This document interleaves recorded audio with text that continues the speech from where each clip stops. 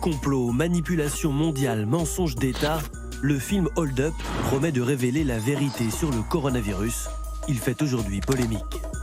Ce documentaire de 2h40 inonde les réseaux sociaux depuis mercredi.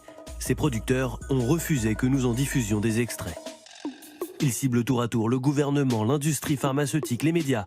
Une critique qui comporte de nombreuses théories, souvent des contre-vérités. Par exemple, une chercheuse interrogée dans le film affirme « La France ne suit pas les recommandations de l'OMS. L'OMS ne dit pas que tout le monde doit porter un masque. » C'était vrai jusqu'au 5 juin dernier, mais depuis, l'Organisation mondiale de la santé a changé d'avis et encourage désormais le port du masque par le grand public. Autre théorie du film, et pas des moindres, l'origine supposée artificielle du virus. Le professeur Fourtillant affirme «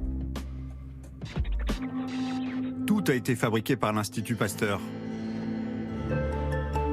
Le réalisateur du documentaire assume d'avoir donné la parole à ses intervenants. J'ai juste envie de dire, mais attendez, les gars, dans quel pays sommes-nous, quoi? La liberté d'expression, elle n'est pas réservée à Charlie Hebdo. Comment vous expliquez qu'on en soit aujourd'hui à 9 mois, voire même quasiment 9 mois après le début de cette épidémie ou de cette pandémie, et qu'on en sache toujours si peu sur ce virus, d'où il vient? Est-ce que oui ou non, c'est un virus naturel? J'en reste là. Moi, j'ai le professeur Fourtillant qui le dit haut et fort que c'est l'Institut Pasteur qui a créé ce virus, et bien que l'Institut Pasteur porte plainte pour diffamation auprès du professeur Fourtillant. D'après l'agence France Presse, le documentaire contient une trentaine d'informations erronées ou incomplètes. Mais cela n'empêche pas le film, financé essentiellement par des dons d'internautes, de cartonner sur la toile.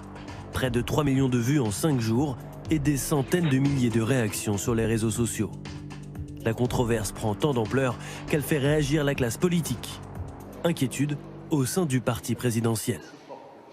C'est la première fois en France que quelqu'un réalise un documentaire aussi bien produit, aussi bien réalisé, pour dire d'aussi grosses âneries, mais des âneries qui peuvent mettre en danger notre démocratie. Quelqu'un qui est faible, quelqu'un qui a peur chez lui, quand il voit tout ça, il a encore plus peur, il se sent encore plus seul et il a encore moins confiance en l'autre.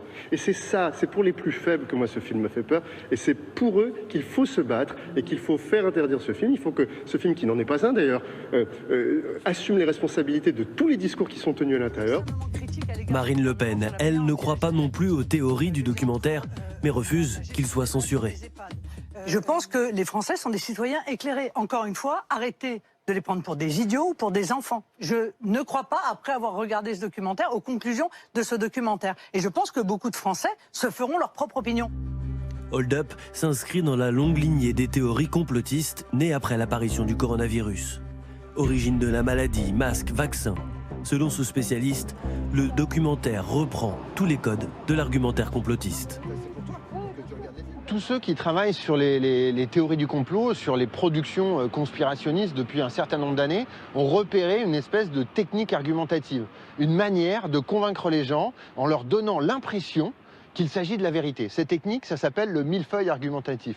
C'est pas du tout sympa comme un millefeuille, qui est un gâteau délicieux que nous adorons tous. Non, c'est quelque chose de très pervers. C'est l'accumulation successive, comme ça, de tout un tas d'arguments qui n'ont parfois rien à voir les uns avec les autres, mais qui, à la fin, donnent une espèce d'illusion d'unité et surtout une espèce de force de conviction qui vont nous rester dans la tête. À la fin, on se dit, il n'y a pas de fumée sans feu, c'est pas possible qu'il y ait autant d'arguments sans qu'il y ait quelque chose de vrai, et on tombe dans le panneau.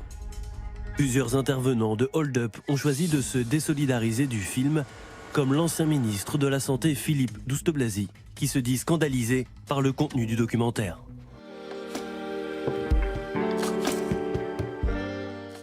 C'est une épidémie très rapide. Coup d'arrêt, puissant, massif, brutal. La barre des 20 000 morts est franchie. Le nombre de victimes. Le plus lourd bilan en France. Ici, on joue clairement avec nos émotions et c'est ça pendant plus de 2h30. Dans ce film, on nous explique en fait que le Covid serait un complot mondial. La classe politique est outrée et dénonce un film délirant, un amas de fake news. C'est un film qu'on trouve sur Internet. Et si vous nous dites ça, c'est notamment parce qu'on y retrouve l'idée d'une machination secrète. Oui, le groupe obscur qui agirait dans l'ombre, on est en plein dedans. Mais pour le démontrer, il faut des preuves, quitte à les inventer. Voici par exemple ce que l'on peut entendre. Ce virus va jusqu'à faire construire des futurs camps d'internement au Canada. Où ces camps seront-ils construits? Combien de personnes seront-elles détenues? Et pour quelles raisons des personnes seraient-elles gardées dans ces camps d'isolement? Alors c'est dit très vite, affirmé comme une vérité, et hop, on passe à autre chose. Sauf qu'on a ici l'exemple d'une parfaite intox. Non, le Canada n'a pas décidé de créer des camps d'internement pour les malades du Covid. Et la vidéo qu'on entend est sortie de son contexte. Les réalisateurs ont repris un député canadien controversé, un anti-masque qui posait une question au Parlement. Et on retrouve également dans ce documentaire, ou ce pseudo-documentaire, les prétendus conspirateurs d'un côté, et de l'autre, évidemment, les boucs émissaires. Oui, les bons et les mauvais. Écoutez par exemple cette docteure en médecine.